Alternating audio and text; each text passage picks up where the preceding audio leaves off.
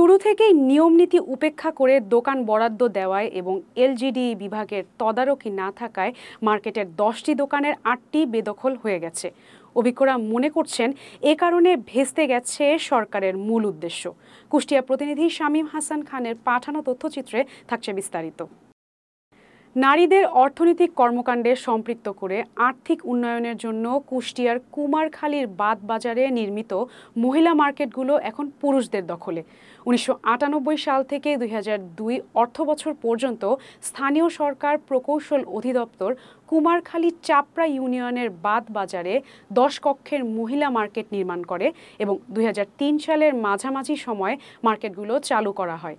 দোকান বরাদ্দের নীতিমালা অনুযায়ী নিজেই দোকান চালান এমন মহিলা মুক্তিযোদ্ধা শহীদ পরিবারের সদস্য, মহিলা নিজের বাড়িতে দোকান করেন, উৎপাদনশীল ক্ষুদ্র ব্যবসার সঙ্গে জড়িত, বিধবা কিংবা স্বামী পরিত্যক্তা, পরিবার প্রধান মহিলা যিনি ব্যবসা করতে আগ্রহী, অর্থনৈতিকভাবে অসুবিধাগ্রস্ত মহিলাদের মধ্যে দোকান বরাদ্দ দেওয়ার কথা রয়েছে।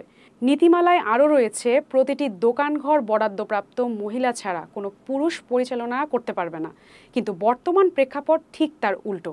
কুমারখালী উপজেলা প্রকৌশলী জানান বিষয়টি খোঁজ খবর নিয়ে ব্যবস্থা নেবেন। এখন এটা তো আমরা বলতে পারবো না, কেন ওই পড়ে আসে বলে অন্য যে কোনো লোক এসে ভাড়া মারা নিয়ে চলতেছে। এটা তো সরকারি কোনো আইনের দিক দিয়ে অন্যায় বলা যায়। মহিলার দোকান এখন সব কেউ ভাড়া, কেউ বিক্রি করে দিয়েছে, মানে এক এক রকম এক একজনের। মহিলারা ব্যবসা করতে পারেনি, ফিরে চলে গেছে। এখন এই আমার কাট ডিপার্টমেন্টের লোক আছে।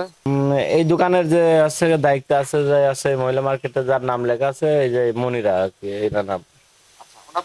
ওনার বাড়ি কাঞ্চনপুর। ওনার হচ্ছে ওনার স্বামী ছিল না, উনি এই দোকানটা পাইছিল, তো দীর্ঘদিন পড়েছিল আমার কাছে, যে মাস 3 মতো ভাড়া দিচ্ছে আর কি। কোন হইলো মনে করেন যে যখন এটা সরকার থেকে বরাদ্দ হয়, কিছুদিন মহিলা মার্কেট ব্যবসা করেছিল। পরবর্তীতে কালের বিবর্তনে যার যার পজিশন, অনেকের পজিশন আছে ওইভাবে পড়ে আছে, আবার অনেকে দেখা যাচ্ছে কিছু লোক বিক্রি করেছে, আবার যার যার দখলে আছে তো ওইভাবেই ভোগ দখলে পড়ে আছে। এখন কোনো কার্যক্রম নাই।